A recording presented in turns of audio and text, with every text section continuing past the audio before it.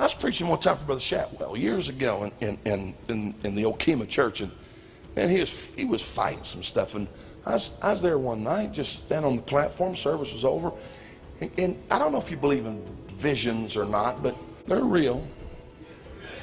And God just showed me a little something, and I mean, just boom, there it was.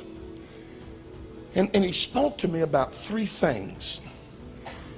He talked about, well, I have to be careful I say this, about midwife and three things that you need to watch for in the end time. One of those was, he says, like toxemia that gets in the body. He said, and this poison that gets into the body of Christ is worldliness.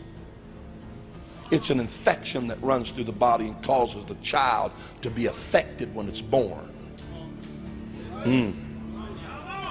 He said, the other thing I want to warn you about is abortion, spiritual abortion. He says, it's always fun to conceive a child, but you got to take care of it. You got to bring it to full term. And he said, a lot of churches, they'll conceive in a revival atmosphere, but they do not want to carry the child to full term, and they get distracted and they abort it.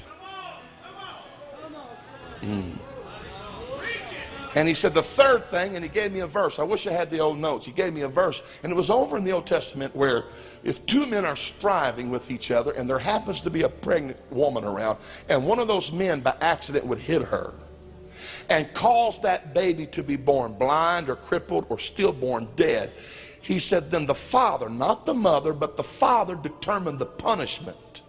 And he could ask eye for eye, limb for limb, or life for life.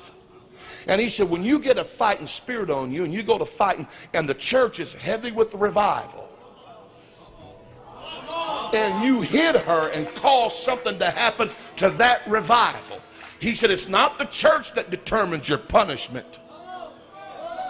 Well, I lost some of you right there. Not the church that determines your punishment. It's the Father that determines the punishment.